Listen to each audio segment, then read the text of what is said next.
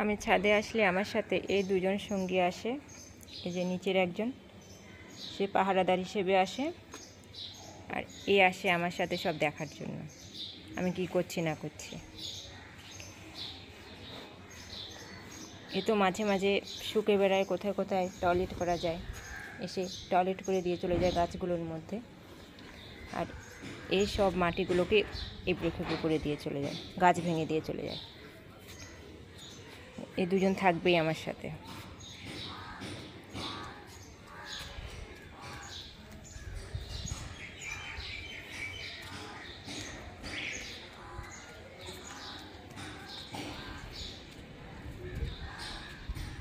কি করছো পুকু? পুকু তুমি কি করছো?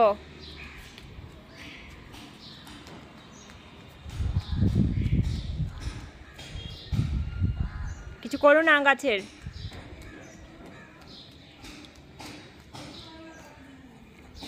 এই আজকে চুপচাপ বসে আছে।